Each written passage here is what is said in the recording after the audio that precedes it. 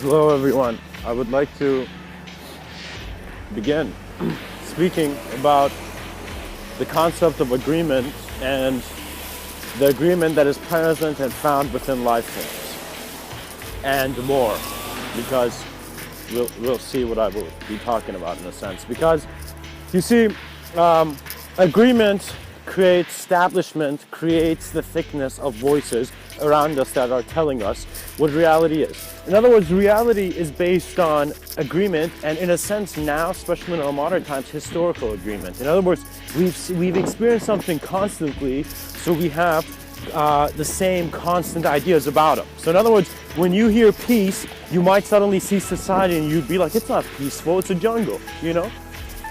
Whether it's a concrete jungle or not. You notice that we have expectations based on our most immediate concerns on things. So if I am here now to give you ideas on this, these are more than the first ideas that have been introduced on the concept. Because once we, in a sense, find our hammer of attention to look at things we haven't looked at for a while, we will discover new senses of our own ability. In other words, once you begin looking at the way you see things, you're going to agree more with how you feel about things rather than how others feel about you. The reason there's a lot of importance on looking at what other people are saying is because there are other human beings here.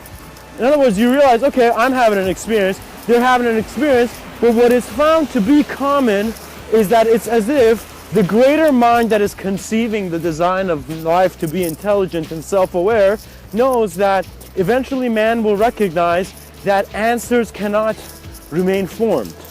So what that means is that we will see that the answers people gave in the past suddenly start making sense because some of the answers to our questions were never about the question.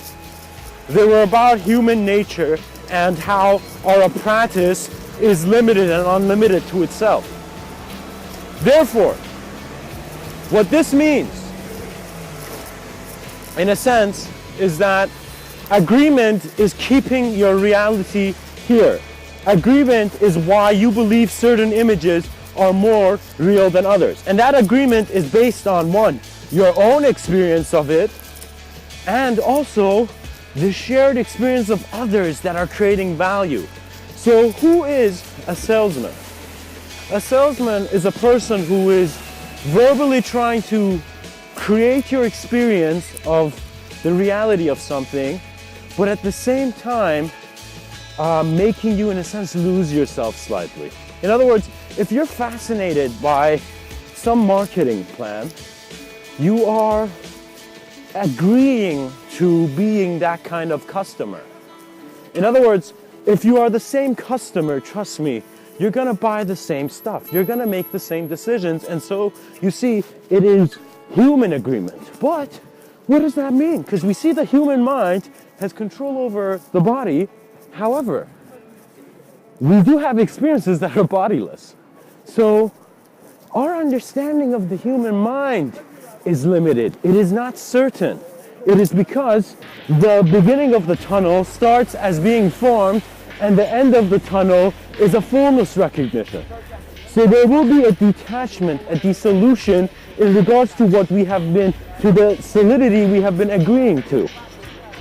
So what that means is you see after perhaps ages in your life that you've been planning on creating a life, but what does it all mean when it has to end? What does it mean when all the toys you're given have to go back into the box? What that means is that, similar to that very great chess quote they have, you know, you could play the game in any way, eventually at the end of it all the pieces go back into the box. I'm not sure who said this, but it's a good quote because it suggests that we are not seeing real value in ourselves. If we are seeing or believing that real value is in the better idea. No, I'll be honest, I'll probably say something which many have said in their silence, but they've never verbalized it, in a sense. And that is that eventually, after cycles repeating themselves, we will get used to our position only to have it change. So what is history right now is giving man a bit of certainty. So in the society we live now, there is certainty. We are certain about some things. However, what you recognize is that eventually in our future, we will go back into uncertainty. We will see that the human is fragile, so we are more than the human. So the human form is fragile, so we're more than the human form. We are the awareness to form, and that can't be put into a material relationship, but can only be pointed out in a very vague, mystical, and poetic way, because experientially you change. So in other words, it's like someone saying, go to the roller coaster, rather than asking me how the roller coaster is. And wait, someone else you suddenly see is saying you are on the roller coaster. And you are choosing the intensity in which reality becomes part of your experience. Trust me, the conviction of man is not only from a human design. What that means is that what man knows to be human is the awareness he has to what he is, and all I am saying is that it cannot be maintained with certainty. It's an uncertain process where we are finding our fingers to be in many waters. You know, and we test try. In other words, how consciousness or how your awareness adjusts to your body is to a degree based on your thoughts, but at the same time based on your awareness to thought as well. So your ability in being a great communicator or an achiever means that you got to see what you're achieving, and what you're achieving is your presence within the moment in many different forms of experience. So in a sense, life is very playful with itself, because there is uncertainty. So what is certainty? When you play a game, you don't know how it's going to end. You're just so immersed in that.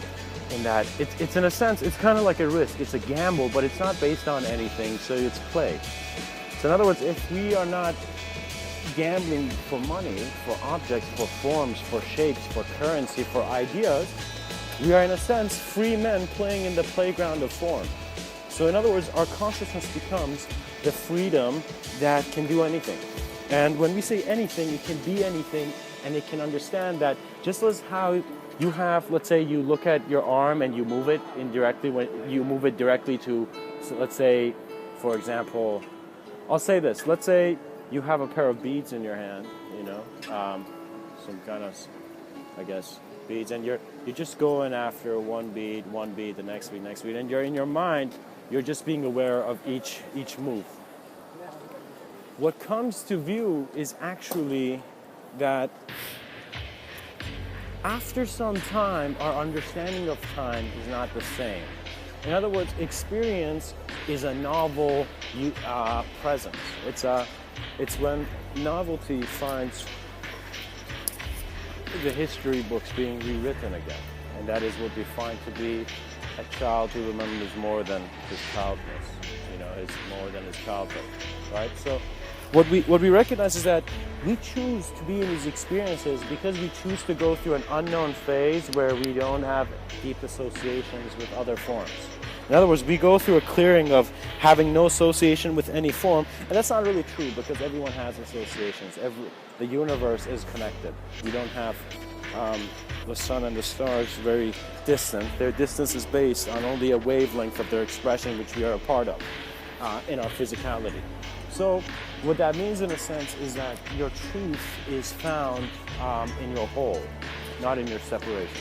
So your truth is not something that is conceivable by a separate attitude of you being part of something smaller, because what that means is that your creativity is not as from the understanding of being a whole. And when I say being a whole, I mean having a holistic view on your actions. So when you move something, when you do something, you don't have a concern that it's all of life doing it and that it is connected invariably to others. In that the actions we feel we cause, their effects belong to the whole world and to existence. So in other words, you're a cause and effect relationship in a bubble of presence and awareness, experiencing different variations and combinations of how life is perceived by you. So to be honest, every human being is a discoverer and explorer of life. And we need to understand that there is an unknown quality. But that unknown quality does not mean we should go into submission into our worst fears. You see, You see the mind of man, and you see it's fragile because ideas can alter it instantly. So you want to find someone who can sit down and receive insight without judging it, but being aware of its realness. So what that means is that if you want to grow a greater relationship, you shouldn't think about going on dates that much, but to see that every moment is your date with life. You know, you're building your greater sense of dissolution into your own being. And what that means is that you may choose to believe stories and compare objects, but at the end of it, you put down all the toys.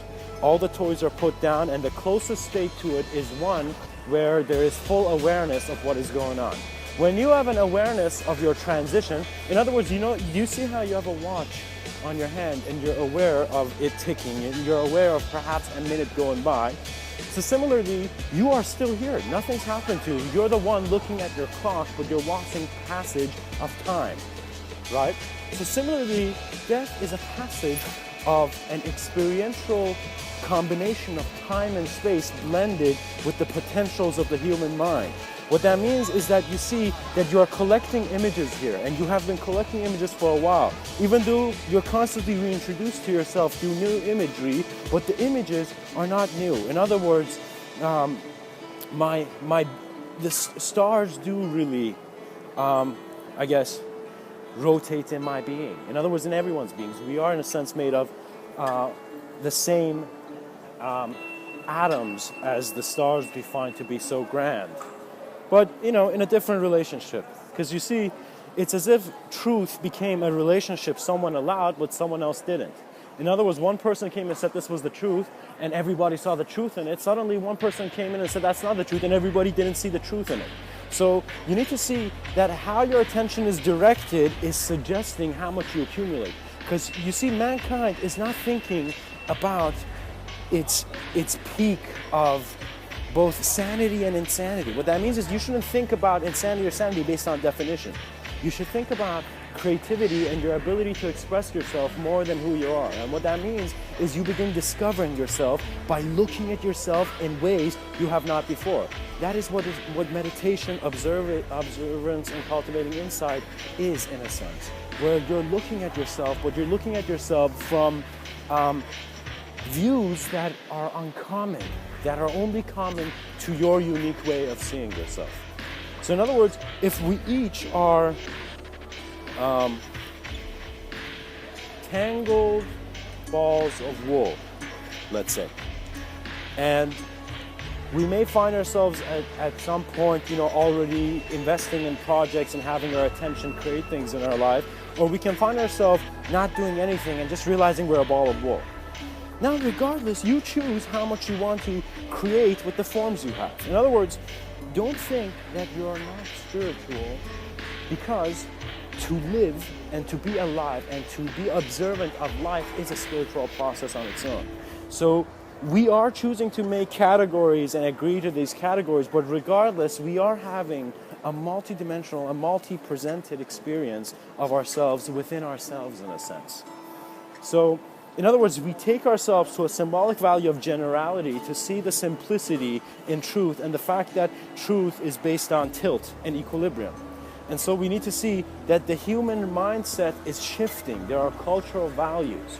It's the idea that, I believe it was Leo Tolstoy that talked about the fact that history is not just made by the commands of, dictators or generals or people who are fighting for something, It's made from also all those little insane instant moments that are changing something. So in other words, the revolution had full value and had its result based on every student participating, not based on one command. In other words, we see that we are separate, but we do take initiative in trying to find more collective senses of freedom of our separation. In other words, back then, there were problems with skin color. We've gotten over that. Now problems with looks, we've gotten over that. Now problems with sexuality, we're still getting over that, Problems with attachment to form, to just being limited to one way of speaking about experience, yeah. We're still growing. We understand we haven't reached the peak of our evolution, but we can see that our experiences cannot be explained by some scientists, doctors, or even people who can perfectly measure the physical reality. Because what is reality is a subjective glance, is how real you see yourself. If you see yourself as transparent as a shopping mall mirror, trust me, you're going to be always the object behind it. But if you're aware that you are the mirror, you per se don't have your consciousness, the way you're aware of yourself, doesn't have a nature that needs to be fixed. In other words, there is no problem you have to be stuck in. You can understand that the fact that your own alienation is by you defining an alien, by you choosing to consider yourself separate from the fabric of existence, which was never separate. Because let me tell you, based on the knowing I have, it is not that we're going to watch an Independence Day happen in the future. No. Man's consciousness is going to develop to a point where it realizes it doesn't have to be in the physical form only in regards to experience. What that means is that just like that Zen master who poured a bit too much in the cup that, overflowed, similarly, what is going to happen is that we're going to see in our youth that our consciousness is focusing not just on the object anymore, but also the space as well. So what we're finding now, in my view, and based on the intuitive flow of words that I'm saying right now, we find that where consciousness is going is into breaking its own separations to rediscover yourself. Because rediscovery is always a more valuable trait than that which is just left in ruins. You see, many people believe humanity and the earth is going to be left in ruins. No. There is an intelligence in consciousness. In other words, researchers do not need to per se go look at each specific specification of a physical form and a changing reality, but to realize that once we've had a dream state, we understand that the chemistry of our mind alters our reality. And therefore, if reality can be altered, I can see nonsense as real as things that make sense. And so with that direction, it is up to us to, in a sense, pull off our eyebrows that cannot believe things and to go explore the dynamic and the static senses of our own existence present within the moment. Because you see, the moment is actually where you begin, and it turns into a revelation when you become comfortable with your remembrance. And trust me, when I say it becomes a revelation, some revelations are deceptive as well. What that means is that you will suddenly get ideas about yourself which you feel are a truer version of yourself, but that's still not the truth. There's more to go. In that we don't need to stop in the tunnel to see the light. We actually need to get out of the tunnel, so our fixation on solidity needs to, in a sense, loosen up.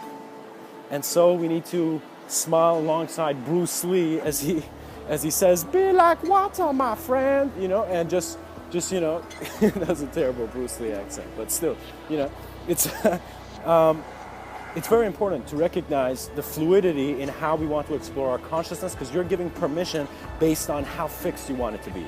You're giving your permission if you want to be a rock and smashed by the hammer of life telling you to look at it differently, or you choose you want to be a flexible experiencer in the fact that all the communication that is coming, you become sensitive to communication, in other words. So if you want to go more on a, let's say, right now it's been, said to be more of a spiritual path, but it doesn't need to have an alignment based on another sense of structure.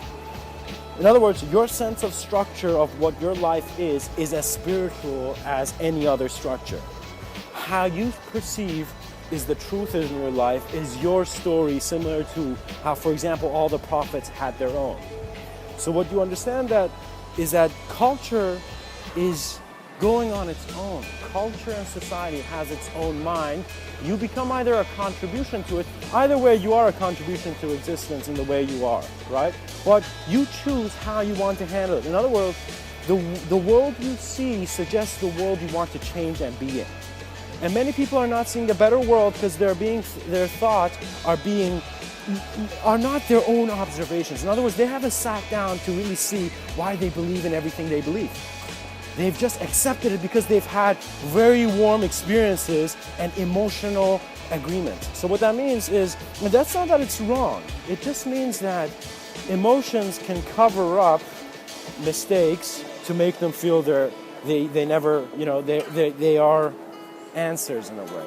So It's like me telling you, if you ask me for directions, it's like me telling you to go somewhere that is totally meaningless. You need to be aware of where you're going so you have a better sense of your own judgment of where you are. You choose your pace and your exploration of your moment. And you know, a lot of people have this debate about being enlightened or not. Trust me, that's a game when you first approach it. If you think you have to be enlightened, you feel you have to go through a game and you have to go through a transformation. But you realize the awareness to that person or object that wants to be enlightened does not need to be limited to the game. You're more than the player. You're more than the field. You're more than the audience. And when you recognize this, you realize all those three panels of experience, one can go in. In other words, you can have an experience of the field, you can have an experience of the player, and you can have an experience of the audience. But at this time, for the way the human structure needs to become aware of itself, you need to be aware of yourself as an audience. You need to see how you're playing the game to not be confused about action in your life. Because if you're confused about action, you will stop yourself before you have begun. So in a sense, understand that human agreement is molding our eyes. And each time we agree, it's I guess in a sense, the blade of the woodcutter going more deeply into what he's trying to mold, what he's trying to carve out of a meaningless log. So out of meaninglessness, we are trying to make sense. You need to realize you can carve the most perfect shapes. You can write the most perfect books. You can try to become the most perfect stranger and the most perfect family member. But at the same time, it is your life, it is your study, it is your observance of what you are here to do. And I am telling you, it is not all meant based to be a player. In other words, not everyone is meant to come here and their consciousness and their forms to express themselves as a successful player. It's like we have too many players, so we need to pay attention to the field, because if we have too many players, we can't run on a football pitch. We can't play a game if there's more than, if there's so many people you're blocking route.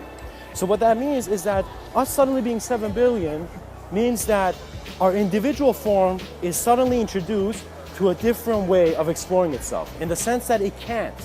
Because we have confused human beings talking to non-confused human beings, and so we never have either fully certain human beings or uncertain human beings.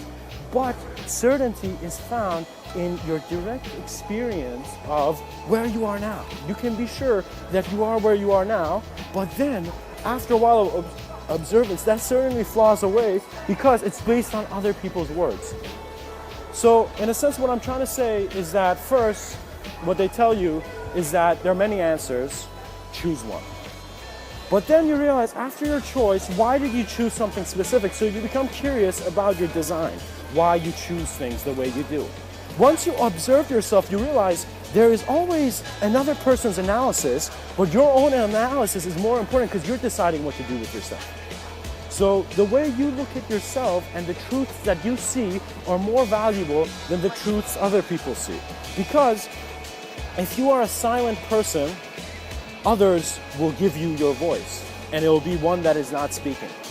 So you need to, in a sense, see that limitation is the acceptance of an abstract and, I guess in a sense, created by another person's view. And when I say another person's view, it's not a person in a sense, it's a voice. In other words, you have a sense of identity, and your intelligence is simply working with a system where it is observing what it is based on what it is not. And you can continue that process, but you need to realize if you suddenly have an experience that is the field and the audience and the player, you're no longer struggling in the confusion of a player who doesn't know how to play. It's not about the play. It's not about the game. It's about the fact that the creator of the game is also the player and is also the setting. So you originate time and space by considering a certain tuned focus of what your reality has to be and is.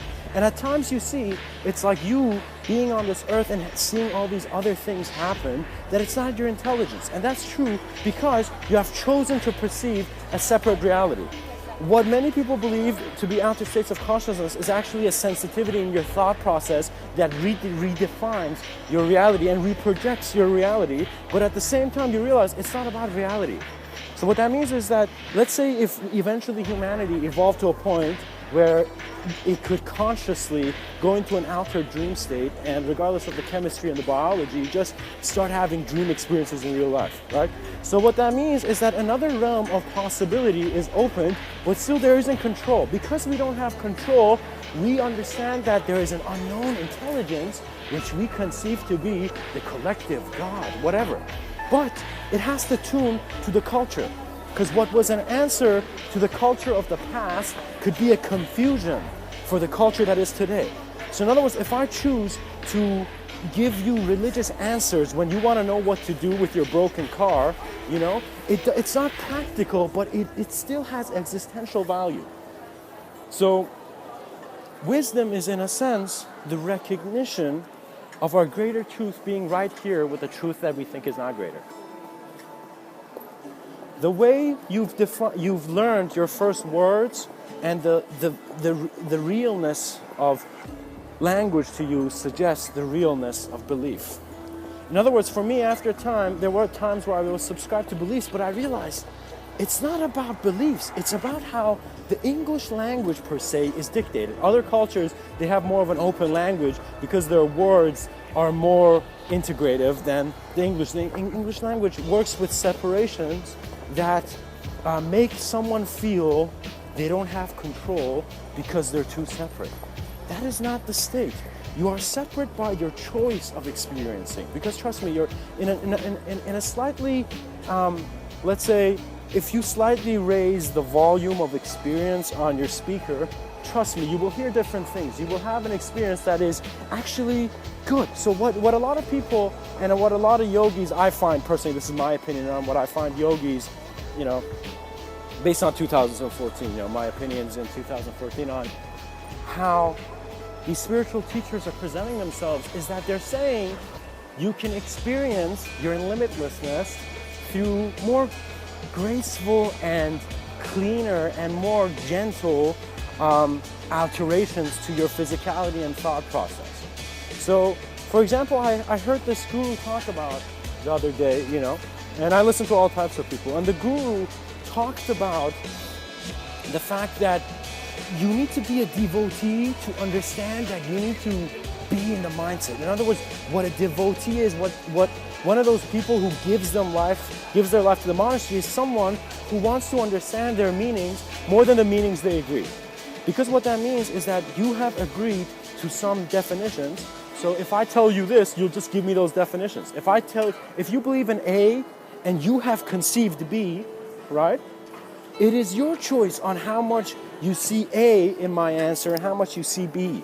If I'm only giving you one answer, you are choosing the different categorization systems and how certain you are of your combination of the moment. So you see, right now, our understanding is we are utilizing the concept of time, even though it's a formless abstract, into something that there's a past, there's a present, there's a future. What that means is that we are changing. So we understand that the most basic thing about time is that it's changing. So time is never still. Every second you breathe, something's going, some time is taking a step further to end you. So, in a sense, what I mean by that is that you need to realize what is more real for you, you will invest your attention in. And if stuff is real to you that are very separated and belong to a realm where duality is limiting your view, your quality of experience changes. So what I'm talking about, it's not about the quantity of experience, but unfortunately many people believing they're constantly going cycles and being part of this prison planet, or kind of like this. When I say prison planet, I actually don't want to say that word. I want to say just a cycle. So what that means is you're constantly going through school. So many people, after being born and remembering themselves in other forms, just see that it's like a game they're playing for too long, and it's not good. So what that means is we need to change the general collective agreement of the quality of the game that we're playing, which is called life. And the quality of your experience is more valuable than the quantity of your experience, because if you're not attentive to the quality, regardless of the quantity, you will get nothing. So if you're not aware of that, let's say, joyous step or that one breath that blew you away, you cannot see beauty when you have decided to see a lack of beauty. So what we want to change first in the human mental, circuitry is that to see a beautiful existence is your birthright, it is your life, and it is your greater sense of transcendence. In other words, if you began from the first day of your life and you expanded seeing different forms of beauty, if you just explore different types of beauty, you'd realize you'd have a very beautiful life, but at some point it is more than, the separation that's promising a unity. You don't want to be in a separate cycle of thought and then to think that you will get you will get unity the next time. But it doesn't work that way. In other words, you're just putting a carrot on a stick in front of yourself because you're not seeing that you are thinking separately. If you're thinking in a sense that there's no chance for you to discover or reveal your greater nature to yourself, then you have blocked yourself with your own fence from the forest.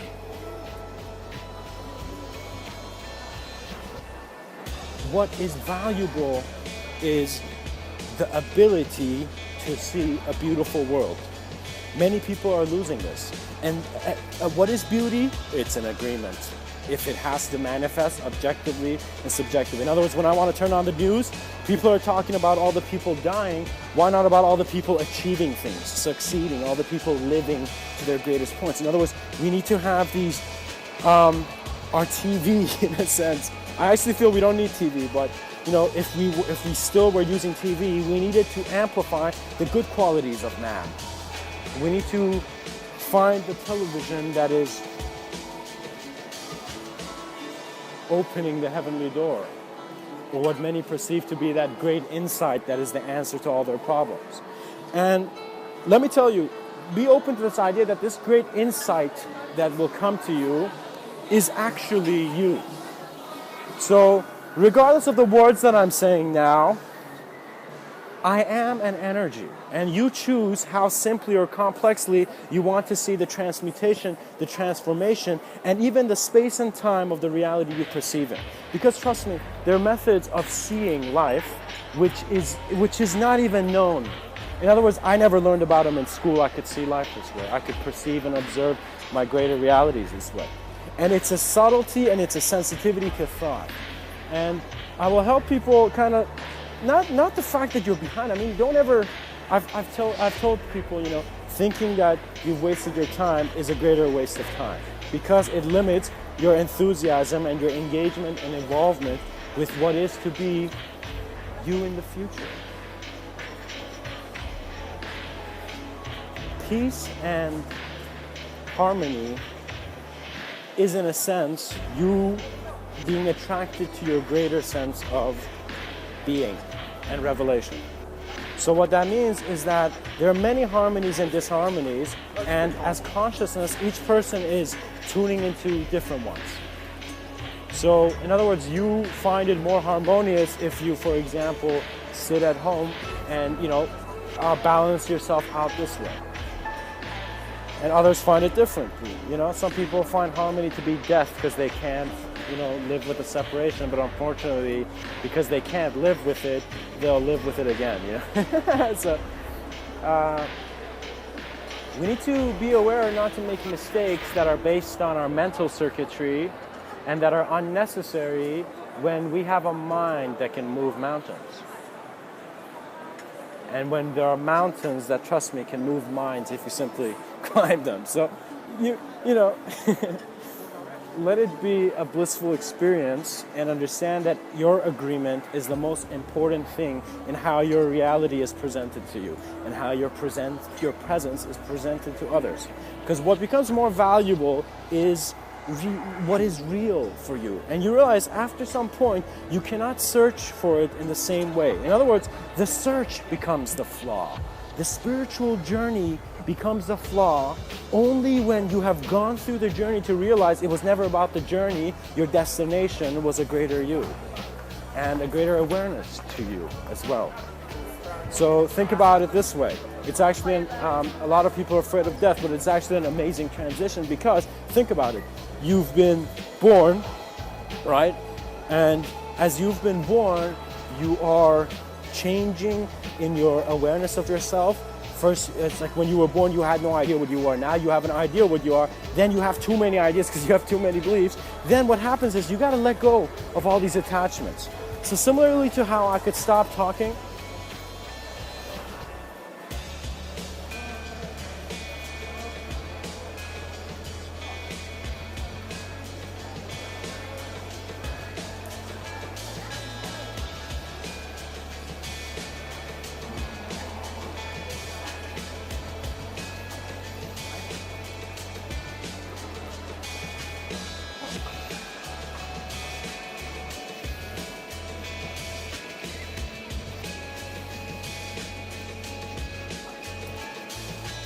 similarly, there is the ability to realign yourself with a better moment and to, in a sense, kind of see the ability in man's mind.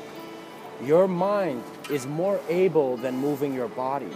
It can move your world. Your vision can alter your view. And that is no little thing, my friend, because our exploration of life is changing in quality, and it's becoming a more fascinating exploration. In other words, regardless of how many lies and prisons we create, the mind of man is evolving towards its collective remembrance. And when that collective remembrance comes, individuality will have a different value. In other words, when you experience your own eyes differently, then what you perceive is actually not the same thing.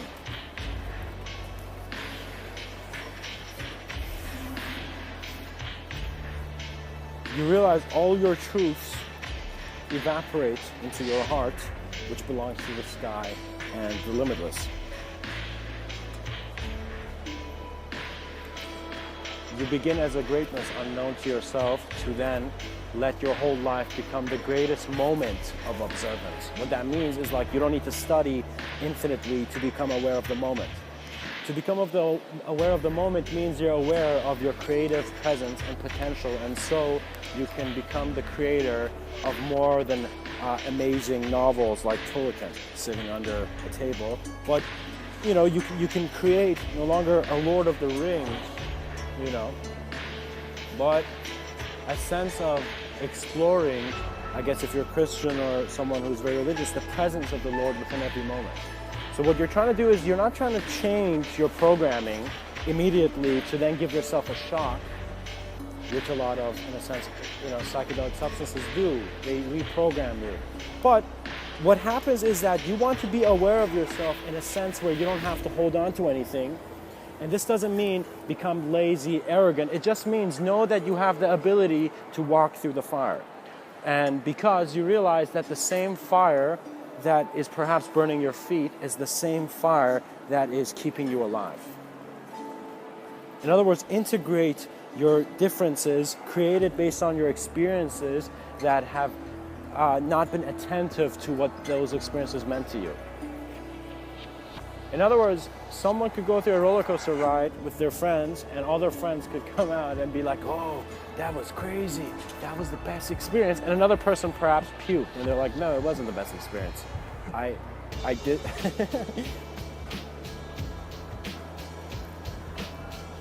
It's like the person who didn't have a good time understands that there are different values. So what your parents, I believe, I can't really say this actually, it's too general. But, what in a sense we can say is the human ability at its fullest is the recognition that one can have full ability. So you need to recognize you can have full ability and you can have experiences beyond the experiences you're having now, because that's your life so far. Every year you're learning, you're seeing things eventually more than the next year. So it doesn't matter. Let's say if you were one guy who sat on your porch, every day you would be seeing something change. You would be seeing different walks. And what you realize, it's not about the program. So this is the sensitive parts, because a lot of people have brought this awareness that there's this programmer and this is a program and we're in a holographic universe. But you need to become sensitive here. You need to become aware that the programmer knows the program that's written. First, become aware that you know what and who you are, and you know your origination in a way which your separation, in a sense, cannot understand based on its apparatus. So what that means is that you are the human being, the human form, the Homo sapien, the ape who learned to erect itself. But at the same time, you are also the intelligence that cannot be defined. And that is the most important acknowledgement in yourself.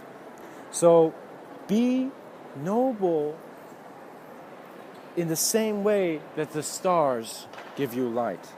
And be humble in the same way that the earth receives light. You know, so understand that if you're looking at things, make it a great moment of sight. And if you're looking at things you don't want to see, well, the greatest thing you can do is be observant why you're seeing it.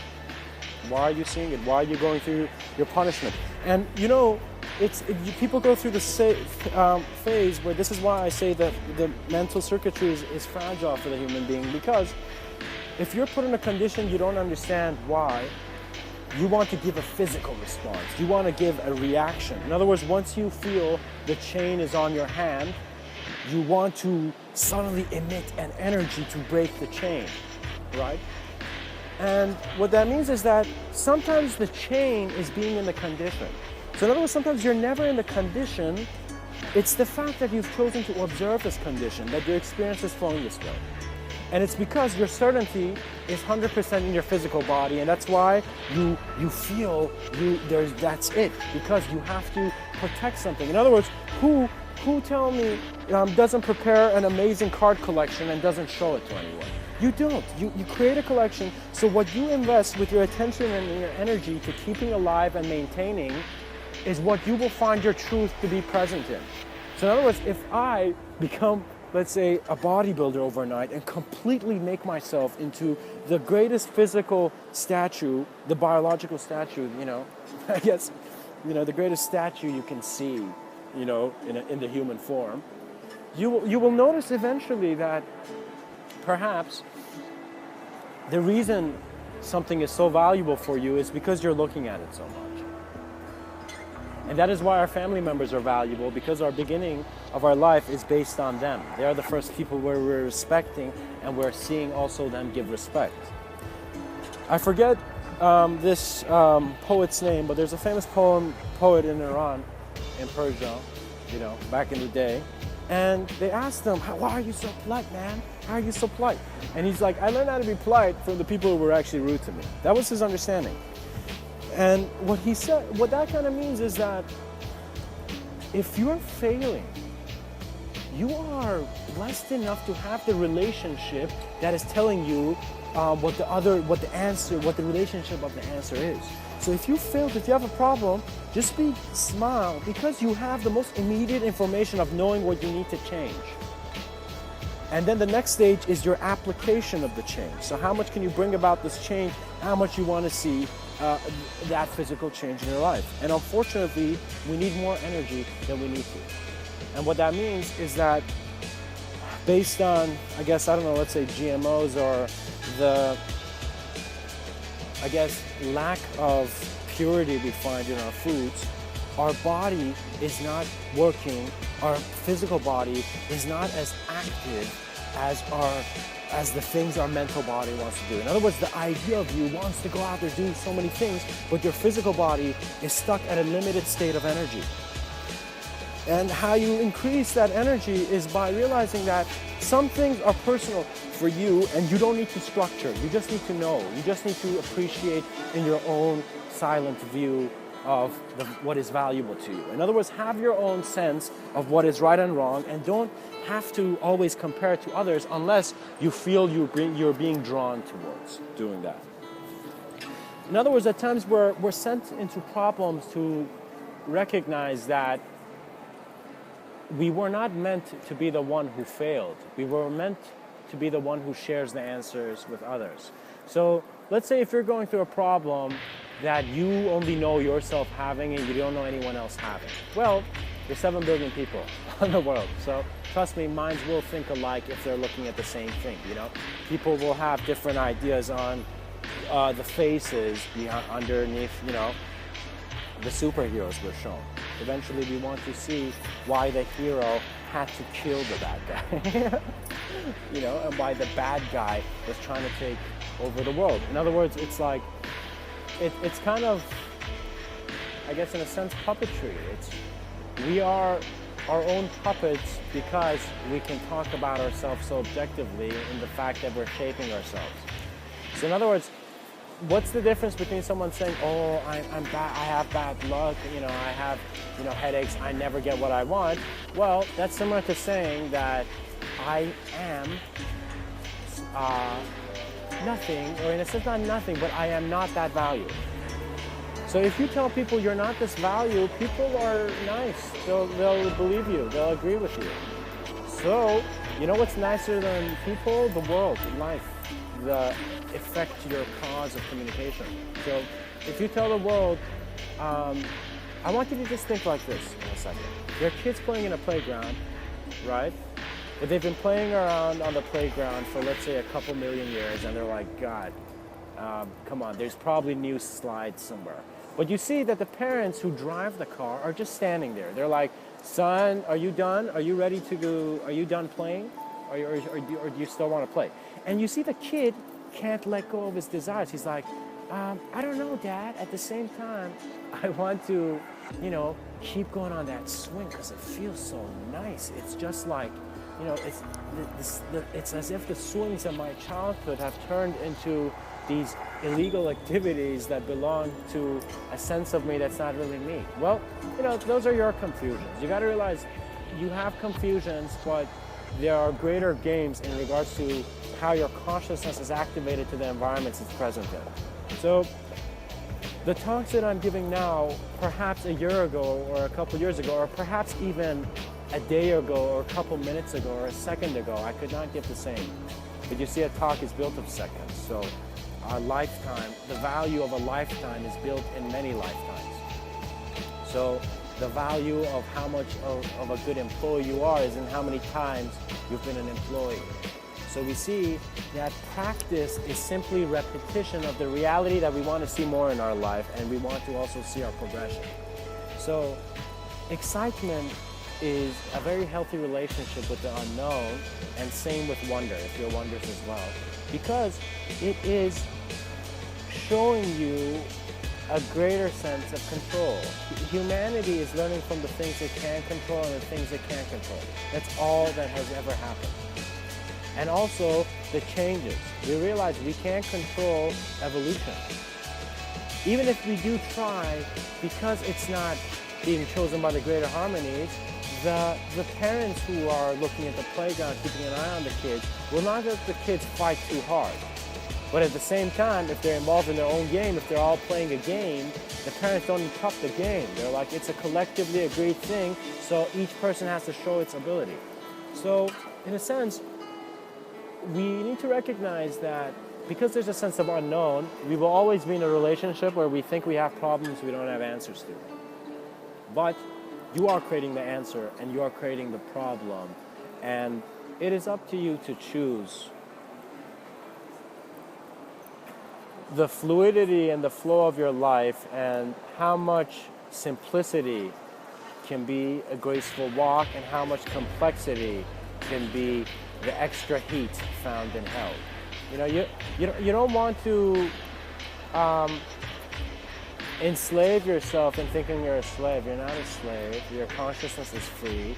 Your experience of time and space can alter based on your own freedom, certainty, and knowing. And so you create the reality that communicates back at you. And this is important. So that is why many yogis, many gurus, they were like, be sensitive to life, appreciate life, be grateful for not just your food, but for what your food is maintaining, you know, your livelihood. And understand life is an opportunity to experience infinite potentials of relationships of form. And when I say form, you can choose to categorize it, but I will tell you don't. Form is anything you can see that is shaped in which your mind creates neural comparisons to. What made you into this design? And the only way you can truly find that answer is by appreciating the design. Appreciate your design of life. Appreciate your design of moments. And you will become your unspeakable revelation. And I hope with that we can together collectively untie a lot of knots in human thinking and to not get too stuck on beliefs when we can make actions that can make our world into a healthier place. In a world where good and healthy action and efficient action is needed, it is useless to talk about beliefs. It is meaningless to fight over right and wrong. You need to just contribute with the efficiency that is found in the naturalness and in the natural beat and rhythm of your heart. Much blessings, and may your next blessing always be you.